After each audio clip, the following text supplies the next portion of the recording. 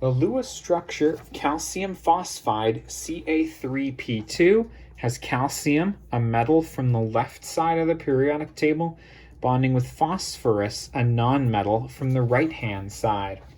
Metals and nonmetals combine to form ionic compounds, which have the metals giving away their electrons to the nonmetals. Now, calcium is in the second column, group 2, so it brings 2 valence electrons with it. I'm going to draw a Ca atom and put the 2 dots around it.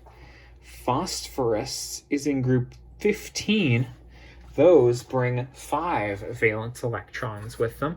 1, 2, 3, 4, 5. These are the Lewis structures for the atoms. Now, the name of the game is for the metals to give away all their electrons to nonmetals so that the nonmetals can have a full octet, which means 8 electrons in their outer shell. Calcium here is going to give 1 electron away to that phosphorus and another electron away here. So this calcium atom now has no electrons.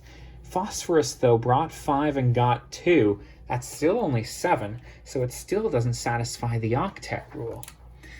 Let's bring another calcium in, because I know we can just take an electron from him, or her, or they. That electron pairs up here, but now that calcium has an extra electron, even though the phosphorus is now happy with 8.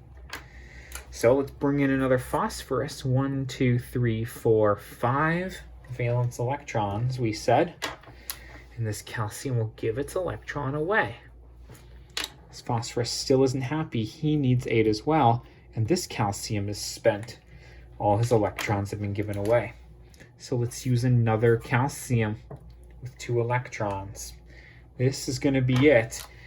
That electron gets given to the phosphorus here. That electron gets given to the phosphorus here. And all the calcium electrons are moved.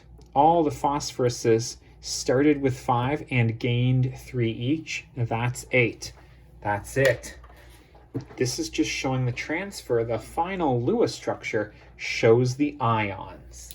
Calcium gave away its electrons.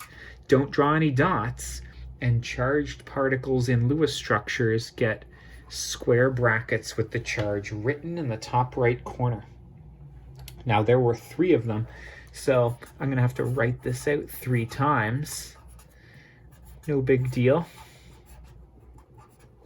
And the phosphoruses will have 8 dots around it. Remember, they brought 5 and then took 3 each. The taking or extra 3 electrons caused it to have a charge of -3, and that happened to 2 of them. So let's draw it twice. Here's your final official Lewis structure for calcium phosphide. If you want a shortcut, ask your teacher if you're allowed to do 3 times that Ca diagram. That way you don't have to write it out a full 3 times. And 2 times the phosphorus diagram. Bam, bam, bam, bam, bam, bam. You still have to draw it out. It just saves you from having to do it multiple times.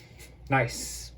Here's your complete Lewis structure. It shows 3 calciums that gave away 2 electrons each, and 2 phosphoruses that accepted 3 electrons each. It's balanced. It's beautiful, just like you are. Best of luck.